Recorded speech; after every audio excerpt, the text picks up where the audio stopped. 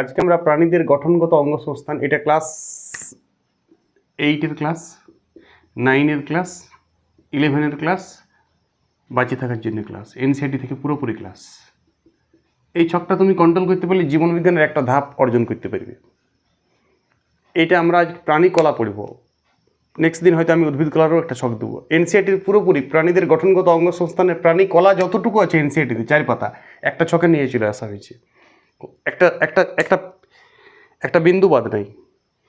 আমার কাজ হচ্ছে এনসিইআরটির বইটার থেকে আমি সহজ করে পড়ানো। এনসিইআরটির বইটা লাইন বাই লাইন রিডিং মারা নয়, কথা বুঝছো? ওইখানে তো আগোছালো লেখা আছে, এখানে আমি গুছানো, তুমি উত্তরটা বুঝতে পারবে। প্রাণী কলা 4 প্রকার আমরা সবাই জানি। 4 প্রকার ছকের মধ্যে পুরনো সিলেবাসে যোগগলা ছকটা আলাদা ছিল, এখন যোগগলা ছকটা চেঞ্জ করা হয়েছে। 4টে ছক কী কী আছে আমরা জানি: আবরণী কলা, যোগগলা, পেশিকলা এবং স্নায়ুকলা। এই 4টে প্রাণীকলা এর বাইরে নাই। প্রাণীকলা এর বাইরে কিছু নাই। আবরণী কলা, যোগকলা, পেশিকলা, স্নায়ুকলা, এইটা দিয়েই মানুষের শরীর তৈরি, আমাদের শরীরটা তৈরি। আমাদের শরীরের গঠনগত এবং কার্যগত একক কোষ। এবারে কিছু কিছু কোষ একসাথে একই কাজ করে, দেখতেও একই হয়। যখন কয়েকটা কোষ ডিজাইন একই কোষগুলার এবং এরা সবাই মিলে একটা কাজ করে, তখন সেই কোষ সমষ্টিকে কলা বলা হয়, টিস্যু বলা হয়। আমাদের শরীরে কয়েকটা কলা, বিভিন্ন প্রকার কলারই একটা অঙ্গ, যেমন একটা পাকস্থলী। পাকস্থলীতে নানান ধরনের কলা থাকতে পারে, আবরণী কলা থাকতে পারে, কিছুটা যোগকলাও থাকতে পারে। পাকস্থলী চলার জন্য পেশিকলাও থাকে। আবার পাকস্থলীতে কোনো কিছু সেন্স বোঝার জন্য খিদা পাচ্ছে, তোমার সেন্সটা কোথায় যাচ্ছে? ব্রেনে। ব্রেন ছাড়া তো সেন্স যায় না, তাহলে স্নায়ুকলা আছে। পাকস্থলীটা 4 প্রকার কলারই তৈরি। তেমনি হৃৎপিণ্ড একটা অঙ্গ বটে, তেমনি হৃৎপিণ্ডর অঙ্গের মধ্যেও 4 ধরনের কলা আছে। আমাদের শরীরের চামড়াটা তো বিভিন্ন ধরনের কলা আছে। এই কথায় কী ধরনের কলা আছে, কলার শ্রেণীবিভাগ কী, তার জন্য এই পড়াশোনাটা, ক্লাসটা খুব ইম্পর্টেন্ট। পুরোপুরি এনসিইআরটির ক্লাসটা তোমার ব্রেনে লোড চলে আসবে। যদি তুমি এই ক্লাসটা বুঝে যাও, তাহলে তুমি এইটা আয়ত্ত করে নেবে এবং ছকটা রোজ লিখবে। আরে জীবনবিজ্ঞান আমি তো বুঝিই না আছে কি। জীবনবিজ্ঞানে তুমি কিসের ছক চাও? একটা জীবজগতের ছক করতে হয় ফার্স্ট, মনোরা, প্রতিষ্ঠা, ওইটা ছক করতে হয় ফার্স্ট। তারপর একটা উদ্ভিদ জগতের ছক করতে হয়, ওই অপুষ্পক সপুষ্পক করে। একটা প্রাণী জগতের ছক করতে হয়, অমেরুদণ্ডী মেরুদণ্ডী টিনোফোরা মিনোফোরা করে। একটা কোষের ছক করতে আদর্শ কোষের আমি দিয়ে দিয়েছি। একটা উদ্ভিদ কলার ছক করতে হয়, একটা প্রাণী কলার ছক করতে হয়, আর পড়া শেষ। 11-এর তো 10টা ছকে 11 পুরাটা পড়া শেষ, ফার্স্ট সেমিস্টার 1টা। এটা পুরোপুরি 11-এর ক্লাস। এইটার জন্য সবাই জীবন দিয়ে দেয়, একটা ছক করতে পারে না। একটা ছকে যদি তোমার পড়া শেষ হয়, তাহলে তুমি আর পড়ার কী দরকার? এই ছকের মধ্যেই সব কিছু ছবি তুমি এঁকে নেবো। তোমরা একটা খাতা করবে এরকম আড়ে আড়ে, দেখি একটা খাতা এরকম আড়ে আড়ে করবে, সাদা খাতা, এবং এই ছকের পুরো প্রাণী কলাটা চলে আসবে এনসিইআরটি 4 পাতায়। এনসিইআরটি 4টা পাতা, এটা 11-এর ছেলে অবশ্যই করবে। তারপর কোয়েশ্চেন ব্যাংক করো, এইটা করে পরে 10টা ছক তুমি পুরোপুরি 11-এর সব চ্যাপ্টার চলে আসবে 10টা ছকে, সালোক সংশ্লেষ শোষণ সমেত 10টা ছক। এরকম 12টা ছক হবে খুব জোর 11-এর জন্য। তো সেইখানে তুমি 10টা ছক করার পর কোয়েশ্চেন ব্যাংক করো, ডিরেক্ট কোয়েশ্চেন ব্যাংক করো। 11-এ সব পড়া আছে 9-এ বা 8-এ, আর 8-এর স্টুডেন্টরাও দেখতে পারো, একদম ফুল অ্যান্ড ফাইনাল কাজ করো। 9-এ এইটাই আছে, 9-এর স্টুডেন্ট তো সিলেবাস এইটা, 8-এরও সিলেবাস। 11-এ আবার ঘুরে আসে, তো বারবার তুমি 20 বার করে পড়বে কী করে এটা? তুমি তো 11-এ ডিরেক্ট কোয়েশ্চেন ব্যাংক করবে, নিট পরীক্ষার প্রিপারেশন লাও 11-এ ওঠার পর থেকেই। আলাদা করে আর কনসেপশন কখন প্র্যাকটিস করবে কখন? তুমি তোমার কনসেপশন আইলো কিনা তুমি চেকটা কখন করবে? কনসেপশন কেউ বলে দিলেই, কেউ দুবার রিডিং মারি দিল, 2টা জিনিস খাতায় নোট লেখেন দিল, বইটা আছে সেটা আবার টুকাইলো, ওইটাকে কনসেপশন বলে না। এটা তোমার ব্রেনে ডাইরেক্ট টুকাচ্ছে আমি। প্রাণীকলা কভাগে ভাগ করা যায়? 4 ভাগে। আবরণী কলা, যোগকলা, পেশিকলা, স্নায়ুকলা। ডিটেলস দিচ্ছি আমি, শোনো। আবরণী কলা মানে কোনো কিছুর আবরণ সৃষ্টি করে, নামটাতেই বুঝছে। এটাকে এপিথিলিয়াম বলে, ইংরেজিতে এপিথিলিয়াম বলে এটাকে। এপিথিলিয়ামটাও নোট ডাউন করবে, ইংরেজি কথাগুলো দরকার হচ্ছে এই ক্লাসটায়। এপিথিলিয়াম, বাংলাতে অনেক সময় এপিথিলিয়াম টিস্যু বলতে কী বুঝো প্রশ্ন করে দিই, বাংলাতে লিখবে কোয়েশ্চেনটা, এপিথিলিয়াম টিস্যু বলতে কী বুঝো তুমি? এপিথিলিয়াম মানে আবরণী কলার ইংরেজি। কোনো কিছু অঙ্গ বা অঙ্গাংশ বা শরীরের বাইরের চামড়ার উপরও আচ্ছাদন সৃষ্টি করে, পর্দা সৃষ্টি করে, তাকে আবরণী কলা বলে। সংজ্ঞাতে কোনো যায় আসে না, কনসেপ্টটা নাও। আবরণী কলাকে 2 ভাগে ভাগ করা যায়, সরল এবং যৌগিক। সরল আবরণী কলা শুনবে, সরল আবরণী কলা উপরে লেখা আসছে তো, একটা ভিত্তি পর্দার উপর এরকম একটা ভিত্তি পর্দা থাকবে, এক স্তরেই কোষ থাকবে, মানে কোষের তালা থাকবে নাই। এইটা বোঝানোর জন্য বুঝতে হবে, এইরকম কোষ থাকছে। ধরো দৈর্ঘ্যপ্রস্থ আছে কিন্তু উচ্চতা নাই কোষগুলোর, পাতলা কোষ, আঁশের মতন, মাছের আঁশের মতন দেখতে। একটা ভিত্তি পর্দা, অর্থাৎ ভিত্তি পর্দাটা আমি আঁকতে পারছি না। ধরো তুমি একটা তুমি চাদর চাপাইলে, চাদরের উপর ঘুটা দিয়ে দিলে, ঘুটাটা ধরো উচ্চতা নাই, একটা চাদর দিলে প্লাস্টিকের বা কাপড়ের চাদর, চাদরের উপর ঘুটা মারলে, ঘুটা দেখিছো তো, ঘুটা পাতলা পাতলা পাতলা পাতলা ঘুটা দিলে এরকম কোষগুলো হবে ঘুটার মতন। আর একটা ভিত্তি পর্দার উপর আছে, ওই কোনটা ভিত্তি পর্দা, ওই যেটা তুমি বললে, এইটা আমি আঁকতে পারবো না, তো গোটা ভিত্তি পর্দাটা কোষগুলো দিতে হয়, তার মানে বুঝো এইটা ভিত্তি পর্দা, তার উপর এরকম কোষ আছে, দৈর্ঘ্য প্রস্থ আছে লেকিন উচ্চতা নাই, মাছের আঁশের মতন দেখতে, ওই জন্য এটাকে আইসাকার বলে। ছবি আঁকবে অবশ্যই। আমি যখন যেটা করবো, এখানে আমি ছবিটা আঁকছি না, তুমি কিন্তু তোমার ছকেই ছবিটা ছোট্ট করে বাচ্চা ছবি এঁকে নেবে। ছবিটাতেই তো বৈশিষ্ট্য চলে এসছে, বৈশিষ্ট্য আলাদা করে লেখার দরকার কি? একটা ভিত্তি পর্দা, আরও শুনবে, সরল আবরণী কলা পুরোটাই একটা ভিত্তি পর্দা, একটা ভিত্তি পর্দার উপর এক স্তর কোষ, তবেই সরল। একটা ভিত্তির পর্দার উপর যদি বহু স্তর কোষ থাকে, তখন তাকে যৌগিক আবরণী কলা বলে। তার কোনো ভাগ নাই, শুধু যৌগিক আবরণী কলা পড়িতে হবে, ভাগ নাই কোনো। কিন্তু সরল আবরণী কলার ভাগ আছে 4-5টা। একটা হচ্ছে লেখো আইসাকার। ফার্স্ট আইসাকার মানে আমি বলে দিলাম, এটা আঁশের মতন দেখতে, এটাকে ইংরেজিতে বলে স্কোয়ামাস এপিথেলিয়াম। স্কোয়ামাস, দেখো এটা কোথায় কোথায় থাকে? আমাদের রক্তবাহ শিরা ধমনির প্রাচীরে থাকে। নোট ডাউন করবে, লেখা আমার আসছে না, তাহলে কোথায় কোথায় থাকে এই ছকটার মধ্যেই রেডি করবে, তুমি ছকের বাইরে যাবে না, ছক কিন্তু ফাঁকা ফাঁকা রাখবে, ছকের মধ্যেই লিখতে হবে, ওইটাকুর মধ্যে লিখতে হবে। ছকটা আজকেই না, ফুল অ্যান্ড ফাইনাল নয়, আরেকবার তুমি বাড়িতে ছকটা করবে, জায়গা গ্যাপের ঘেপে নিজের নিজের জায়গা নিজের মতন করে রাখবে। এইখানেই করতে হবে, রক্তবাহ থাকে মানে শিরা ধমনীতে থাকে এই ছকটা, এই আইসাকার আবরণী কলা শিরা ধমনীতে থাকে, আর একটু ফুসফুসে থাকে, লাংসে। এনসিআরটিতে এর বেশি কিছু দেই নেই, অন্য বইয়ে কিছু কিছু দিলে ভুলভাল।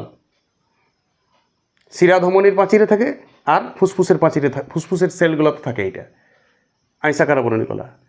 আর এই ঠোঁটের আছে না, এটা দেয় না এনসাইটিতে, এটা আমি বলছি তোমাকে। এই ঠোঁটের দাঁতের কাছে যে ঠোঁটগুলো আছে না, নিচটা ভিতর দিকে, বাইরের দিকে না, ভিতর দিকে যে দাঁতের নিচের ঠোঁটটা, যেটাতে খৈনি রাখো তুমি, সেই ঠোঁটের ভিতরের দিকে লিপিংটাও বটে স্কোয়ামাস এপিথেলিয়াম। এটা এনসাইটিতে নেই, এটা আমি বললাম, কারণ এটা প্র্যাকটিক্যাল করতে হয় তোমাকে। এটা স্কোয়ামাস এপিথেলিয়াম। তাহলে এই 3টা জায়গায় মানুষের শরীরে আইসাকার, আর শিরা ধমনী পা থেকে মাথা পর্যন্ত গোটাই আছে। তাহলে শিরা ধমনীর প্রত্যেকটা প্রাচীরটা কে সৃষ্টি করেছে? কোন আবরণী কলা? স্কোয়ামাস এপিথেলিয়াম, আইসাকার, যার একটা ভিত্তি পর্দার উপর অনেকগুলো সেল। শুনো, এর পরেরটা, এটা 1 নম্বর চলে গেল, সরল আবরণী কলার 1 নম্বর ভাগ। আবরণী কলার 2টা ভাগ আছে, এ সরল আবরণী কলা, বি যৌগিক আবরণী কলা। এ সরল আবরণী কলার 5টা ভাগ, কথা বুঝে এসছে? যৌগিকের কোনো ভাগ নেই। এবারে বি, তুমি লেখো ঘনক্ষেত্রকার। ঘনক্ষেত্রকাকার, ঘনক্ষেত্রকাকার বলে দিচ্ছি, তুমি ঘনক মানে জানো। এবারে এই ছবিটা আমি চেঞ্জ করছি, আমি প্রতিটা ছবি এখানেই করবো। একটা ভিত্তি পর্দা, একটা ভিত্তি পর্দার উপর ঘনক আকার কোষ থাকবে, চিনির দানার মতন কোষ থাকবে, অর্থাৎ ওই মাদুরটার উপর তোমার এক স্তর, একটা মাদুর দিবে, চিনির দানা বসাই দেবে একদা পরপর, চিনির দানাগুলোই কোষ। কোষগুলোর ডিজাইন তার মানে আঁশ নয়, কোষগুলো একটু বড়, হাইট আছে, দৈর্ঘ্যপ্রস্থ আছে, উচ্চতাও আছে। এর আগের বারে আইসাকারের দৈর্ঘ্যপ্রস্থ ছিল কিন্তু উচ্চতা ছিল না। এইটা ঘনক্ষেত্রকার কোষ। এইটা মোটামুটি তোমার বৃক্কীয় নালিকা দেখিছো, কিডনি, নেফ্রন দেখিছো, বৃক্কীয় নালিকার নেফ্রন পড়িছো? নেফ্রন, এরকম নেফ্রন থাকে না, এই নেফ্রনের পুরা বৃক্কীয় নালিকাটা PCT, DCT, proximal convoluted tube, distal convoluted tube, এগুলোতে থাকে। মানে তুমি লিখে দিবে নেফ্রনের মধ্যে, নেফ্রনের নালিকাটা থাকে, আর কিছু লেখার দরকার নেই। একটা ভিত্তি পড়ার পর কেসগুলো সেফ হবে। ঘনক্ষেত্র, ঘনক্ষেত্র মানে কি?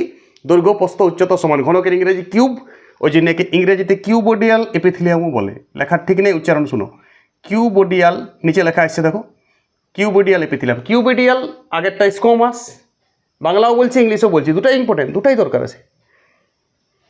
আর ঘনক্ষেত্রকার কোষ অনেক সময় ক্ষুদ্রান্ত দেখা যায়, অনেক সময় ক্ষুদ্রান্ত দেখিছো তো, ডিউডিনাম, ইলিয়াম, জিজুনাম, ওইখানেও কিছু কিছু অংশ থাকে। বাস বিভাগ পড়ে গেলাম। 3 নম্বর ভাগ হচ্ছে স্তম্ভাকার। কৃপা ধ্যান দে, স্তম্ভাকার ইংরাজিতে, স্তম্ভের ইংরাজি কি? কলাম। দেখো কলাম দিয়ে ঘর বানাই আমরা, ওটা স্তম্ভই বটে। তাহলে ইংরাজিতে বলে কলামোনার এপিথেলিয়াম। কলামোনার, নিচে লেখা আসছে দেখো, লেখার আমার জায়গা নেই, আমি স্পিডেও সময় কম, ক্লাসটা দ্রুত শেষ করব। এইটা পাকস্থলী এবং ক্ষুদ্রান্তের প্রাচীরে থাকে, লিখে নেবে। তাহলে কোথায় কোথায় থাকে?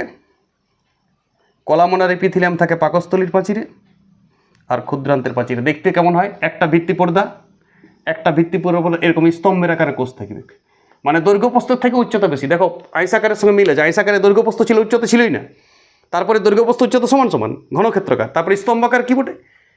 দৈর্ঘ্যপ্রস্থর থেকে উচ্চতাটা বেশি বেশি, বড় বড় উচ্চতা থাকবে। এইটাই হচ্ছে ঘনক্ষেত্রকার, মানে কোনো কিছু অ্যাবজর্বেশন। দেখো ক্ষুদ্রান্তের প্রাচীরটা পাতলা হয়, খাবার যায়, তখন থেকে এই জিনিসগুলা ভিল্লি থাকে না, ভিলায়, এইটাই হচ্ছে এক ধরনের এই আবরণী পর্দায় বটে, পুরাটা আবরণী কলা।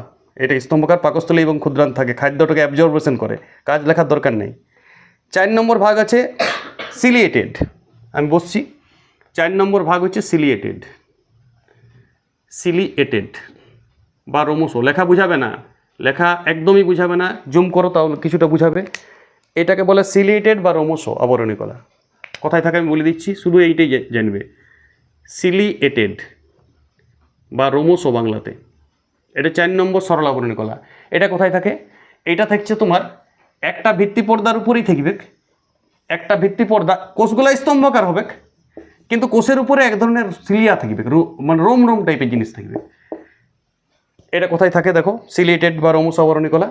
এটা থাকে, তুমি ফ্যালোপিয়ান টিউবস দেখেছো? এটা ইউটেরাস, ফিমেলের এটা ফ্যালোপিয়ান টিউবস, ডিম্বচুঙ্গি, এটা ডিম্বাশয়। ডিম্বাণু যখন যায় তখন এই ডিম্বনালী যেটা ফ্যালোপিয়ান টিউব, সেখান থেকে এগ ডাকে এরকম করে, ওই যে সিলিয়া থাকে না উপরে, বললাম না সিলিয়া থাকে, ওই রুয়াগুলা ডিমটাকে আগায় আগায় নিয়ে যায়। লম্বা কোষটা হয়, লম্বা কোষটা বললাম তো দৈর্ঘ্য দেখতে কলামনার, কিন্তু কলামনারের ডগে যদি রোম টাইপের কোনো জিনিস থাকে তখন তাকে সিলিয়েটেড 4 নম্বর ভাগ করা হয়েছে। যদি কলামনার রোম টম না থাকে তাহলে স্ট্রিপ কলামনার, কিন্তু এটা কলামনারে যদি বাইরে সিলিয়া থাকে তাহলে সিলিয়েটেড। এটা ডিম্বনালী এবং শ্বাসনালী বংক্রাসে, এই যে শ্বাসের মধ্যে অনেক সময় কপ টপ জমে ওইলাকে চট করে বাড়ি করে দেয়, বাইরে বাইরে ওই যে কাশির সাথে বেরিয়ে যায়, খিচখিচ ওই গলা খিচখিচ করতে থাকবে তোমার। শ্বাসনালী আর ডিম্বনালীর থাকে, কৃপা ধ্যান দেয়, খুব ইম্পর্টেন্ট। এটা বাইর থেকে কোয়েশ্চেন হয়, এমসিকিউ পড়ে। এটা শ্বাসনালী এবং ডিম্বনালীতে কোন ধরনের আবরণী কলা থাকে? তুমি বলবে সিলিয়েটেড থাকে। শ্বাসনালী ও ডিম্বনালী, ডিম্বনালী ইংরাজি ফ্যালোপিয়ান টিউব। ফ্যালোপিয়ান টিউবের মধ্যে ডিম্বাণুটাকে আগ্রহে নিয়ে যায় ওই সিলিয়া দ্বারা, খেতে খেতে নিয়ে যায়। কথা বুঝে এসছো? চলো এবারে লাস্ট ভাগ, 5 নম্বর ভাগ হচ্ছে গোবলেট কোষ। এটা হচ্ছে গ্রন্থিময় আবরণী কলা। গ্রন্থিময় আবরণী কলা বা ইংরেজিতে লিখবে গ্র্যান্ডুলার এপিথেলিয়াম। গ্র্যান্ডুলার এপিথেলিয়াম লেখা এসছে নিচে, এপিথেলিয়াম। এইটা কোথায় থাকে শুনো, এইটা আমাদের লালা রস, এই যে সাবলিঙ্গুয়াল সাবম্যান্ডিবুলার প্যারোটিড গ্রন্থি আছে না, সেই লালা রসটা থেকে ওইখান থেকে লালা, ওইগুলোও বটে গ্রন্থি থাকলে এইটা। আর থাকে কানের ভিতরে বিভিন্ন সিবেসিয়াস গ্রন্থি থাকে, তখন কান খোয়া যেটা আমরা বলি, কর্ণমল, যেটা তুমি পিন দিয়ে বাই করো, ওই ধুলাবালি টাইপের কানে থাকে না পেঁচা জিনিস, ওইটা কর্ণমলটাও এক ধরনের গ্রন্থি আছে কানের ভিতরে, সিবেসিয়াস গ্রন্থি, মানে জাস্ট ঘর্মগ্রন্থি টাইপের আছে। সেখান থেকে ওই মিউকাস পর্বত নির্গত হয় সিবেসিয়াস বলে, তার থেকে ওই ধূলিকণালা দিয়ে ওই জিনিসটা তৈরি হয়। লালা রস, কর্ণমল, উৎসেচক, বিভিন্ন ধরনের পাচক রস, দুগ্ধ বা শিশুরা মা যেটা পান করায় শিশুকে, সেই দুগ্ধটাও গ্রন্থি থেকে, দুগ্ধ গ্রন্থি থাকে সেখান থেকে বাইর হয়। এটা এক ধরনের গ্রন্থিময় আবরণী কলা দিয়ে তৈরি। এবং এটার একটা উদাহরণ দিয়েছে এনসিআরটি, সেটা গোবলেট কোষ। গোবলেট কোষ পাকস্থলীতেই থাকে, পাকস্থলীর ক্ষুদ্রান্তের মধ্যেই ছোটো ছোটো কোষ থাকে। এটা এককোষী গ্রন্থি, একটাই কোষনী গ্রন্থি, খুব ইম্পর্টেন্ট। যদি বলে একটা এককোষী গ্রন্থির উদাহরণ দাও, তুমি বলবে গোবলেট কোষ। এইটা একটা এককোষী গ্রন্থিও বটে, এই তথ্যটা মনে রাখো, তুমি জীবনে এমসিকিউতে পাবে। এককোষী গ্রন্থির নাম গোবলেট কোষ। তাহলে আমার সরল আবরণী কলা পড়লেও আমার সাথে রিপিট করো। সরল আবরণী কলার 5 ভাগ, আবার বলছি। একটা হচ্ছে বাংলাতে ফার্স্টে বলছি, আয়সাকার, আঁশের মতন দেখতে, একটা সব একটা ভিত্তি পর্দা। একটা ভিত্তি পর্দার উপরে যদি কোনো এক স্তর কোষ থাকে তাকে বলে সরল আবরণী কলা। সরল আবরণী কলার 5টা ভাগ: আয়সাকার আবরণী কলা, ঘনক্ষেত্রকার আবরণী কলা, স্তম্ভাকার, রোমোস, ফির গ্রন্থিময়। আয়সাকার আবরণী কলার ইংরাজি হচ্ছে স্কোমাস এপিথেলিয়াম, ঘনক্ষেত্রকারের হচ্ছে কিউবিডিয়াল এপিথেলিয়াম, স্তম্ভাকারের কলামনার এপিথেলিয়াম, রোমোসর সিলিয়েটেড এপিথেলিয়াম এবং গ্রন্থিময় গ্র্যান্ডুলার এপিথেলিয়াম। এইটুকু তোমাকে কনসেপশন চাই। এই গেল সরল আবরণী কলার ভাগ। এবার আমরা যৌগিক আবরণী কলা পড়ব। শুনো, এটা আমি মুছে দিচ্ছি, তুমি কিন্তু একটা ছকে পুরোটা রাখবে, মুছিবে না কোনো কিছু, ঠিক আছে? একটা ছকে চোখ বোলাবে, ছকেই পড়াশোনা শেষ। ছকটা এমনভাবে রেডি করবে, বড় পাতা নেবে দরকার হলে। একটা ছকে পড়াটা আমি প্রাণী কলাটা শেষ করে দেবো, পুরো এনসিআরটি 4টা পাতা উঠাবো, একটা তথ্য বাদ দেবো না। আমি একটা তথ্য বাদ দিই না, আমার কথা যদি শুনেছো এবং যদি ছোটো ছোটো করে নোট ডাউন করেছো ওইখানটাতেই কমা দিয়ে দিই, তাহলে ভাষা তো তোমার মধ্যে আছে, তথ্যগুলো নাও, ভাষা তো তুমি তৈরি করতে পারো। এবার দেখো যৌগিক আবরণী কলা। যৌগিক আবরণী কলার কোনো ভাগ নাই, কিন্তু একটা আবরণী কলাই বটে। এইটা আমাদের কোথায় কোথায় থাকে শুনো, মুখগহ্বরে, মুখের ভিতরের হাঁটা। স্কোমাস তো বলেছি শুধু দাঁতের দিকে, ঠোঁটটার গোড়ায়, কিন্তু তারপরে দাঁতের পরে যেটা মুখের হাঁটা আছে গোটাটাই, যেটাতে জীব দ্বীপ সব আছে, ভিতরের গালের ভিতরের দিকের, গালের বাইরের দিকে না, গালের ভিতরের দিকের, গালের বাইরের দিকে চামড়া, তো গোটা শরীরের বাইরের চামড়াতে থাকে যৌগিক আবরণী কলা। কথা শুনে আসবে। এইটা একটা ভিত্তি পর্দা, কিন্তু এর দালান আছে দোতলা। এক স্তর কোষ প্রথমে নামাইন দিলে, প্রথমে ঘুটা টাইপের কোষ, তারপরে চিনিয়ে দিয়ে দিলে ঘুটার উপরে, মানে কোষের স্তর গাদা। ভিত্তি পর্দা একটি, কিন্তু কোষ এক স্তর নাই, এক স্তর, দুই স্তর, তিন স্তর, একতলা, দোতলা, তিনতলা বিল্ডিংয়ের মতন, তখন তাকে বলে যৌগিক কার্বন কলা। আমাদের বাইরের চামড়াটা বেশি হাওয়া বাতাস ব্যাকটেরিয়া ভাইরাস আক্রমণ করে, এটা শক্ত হওয়া দরকার আছে, ওই জন্য এটা যৌগিক কার্বন কলা। অনেক সেলের স্তর আছে। বাইরের চামড়া বাদ দিয়েও থাকে গলবিলে, লালাগ্রন্থিতে এবং অগ্নাশয়ে। অগ্নাশয় দেখেছি, এখানটা থাকে অগ্নাশয়, কিছু জায়গাতেও থাকে। এনসিআরটি তথ্য এইগুলোতে থাকে যৌগিক আবরণী কলা। যৌগিক আবরণী কলা শুধু আবরণের সৃষ্টি করে না, কিন্তু কিছু কিছু ধরনের কোষগুলোতে জাংশনও সৃষ্টি করে। 3 ধরনের জাংশন সৃষ্টি করে। একটা টাইট জাংশন, এনসিআরটি দিয়েছে, এটাও যৌগিক আবরণী কলা। টাইট জাংশন মানে কোষে কোষের গ্যাপ। একটা কোষের থেকে কোনো টাইট জাংশন মানে এমন কোষের কোষ পাঁচিরটাকে, কোষ পর্দাটাকে এত দৃঢ়ভাবে আবদ্ধ রাখে যে একটা কোষ থেকে আরেকটা কোষে কোনো জিনিস যাইতে দিবে না। এই কোষের জিনিস এই কোষে, ওই কোষের জিনিস, টাইট জাংশন। তাহলে কোষের চুইয়ে পড়া রোধ করে, লিখে দিবে, চুইয়ে পড়া রোধ করে টাইট জাংশন। টাইট জাংশন কী বটে? এইটাও এক ধরনের যৌগিক আবরণী কলা, কোষের মধ্যে থাকে। 2 নম্বর গ্যাপ জাংশন। গ্যাপ জাংশনটা কোনো বইয়ে 3 নম্বর দিয়েছে, কোনো ব্যাপার না। এটা গ্যাপ জাংশন হচ্ছে এই কোষে কোষে বিভিন্ন জিনিস আদান প্রদান করে। যেমন টাইট জাংশন করে না কোনো কিছু, গ্যাপ জাংশন কোষে কোষে বিভিন্ন ধরনের জৈব পদার্থ, হরমোন, উৎসেচক দেয়া না করতে পারে। আরেকটা আছে অ্যাডহিয়ারিং জাংশন।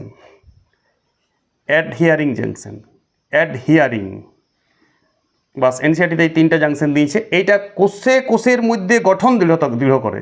একটা কোষের সঙ্গে আরেকটা কোষের টাইট বা শক্ত বা দৃঢ়তা প্রদান করে। কথা বুঝে আসলে এই হলো যৌগিক আবরণী কলার পুরোপুরি বিবরণ।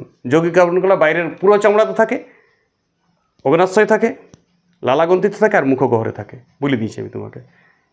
কাজ হচ্ছে রক্ষা করা, কোনো কিছু অঙ্গকে রক্ষা করা। আর 3 ধরনের জাংশন সৃষ্টি করে। কী কী বললাম? টাইট জাংশন, যেটা কোষে কোষে কোনো কিছু জিনিস পাস হতে দেবে না। গ্যাপ জাংশন, গ্যাপ মানে ফাঁকা আছে, তার মানে সহজেই পাস করে কোনো কিছু। অ্যাডহিয়ারিং জাংশন ও দৃঢ়তা প্রদান করে কোষে কোষে। বাস এই 3টা জাংশন সৃষ্টি করে আবরণী কলা। আবরণী কলা একদম নিখুঁত পড়ানো হলো এনসিআরটি থেকে। নেক্সট ক্লাসে আমি যোগ গলাটা দেবো। আজ ক্লাসে শুধুমাত্র আবরণী কলাটা দিলাম। এই ছকটার মধ্যেই আমি পড়াবো, এই ছকটা মুছবো না। নেক্সট দিন আমি পুরোপুরি যোগ গলা, পার্সিকলা এবং স্নায়ুকলার ডিটেলস ক্লাস পাবে। স্নায়ুকলার এইটুকুর মধ্যেই আমি পড়াই দেবো ছবি সমেত। ছবিগুলো কিন্তু আঁকবে, প্রত্যেকটা ছবি আঁকবে। আবার ছবিটা তুমি এই ছকটার মধ্যে আঁকবে, আমার জায়গা নাই বলে মুছে দিচ্ছি। তুমি খাতাটা এমনভাবে রেডি করবে, এই ছকটাতেই ছবিটাও দেবো, 2টা বৈশিষ্ট্য দেবো, কোথায় অবস্থান করছে সেটাও দেবো। সরল আবরণী কলার 5টা একটা ছকে, এক লাইনে দেবো। যৌগিক আবরণী কলার তথ্যগুলো শুধু ওই ছকটাই দেবো।